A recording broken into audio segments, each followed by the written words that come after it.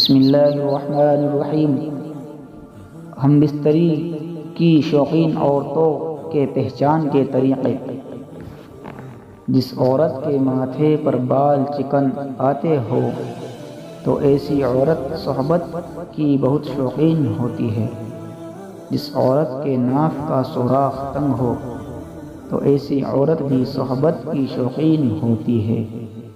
جس عورت کی گردن زیادہ لمبی ہو تو ایسی عورت بھی صحبت کی شوقین ہوتی ہے۔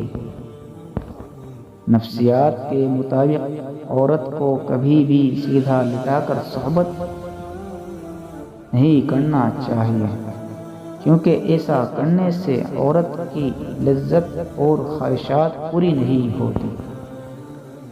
وہ عورت جس میں دیکھو کہ اس کی آنکھوں میں نمی اور چہرے پر مسکراہٹ نہ ہو، اداسی چھائی رہتی ہو، تو سمجھ جانا ایسی عورت دو محبت کے نام پر استعمال کی گئی ہے۔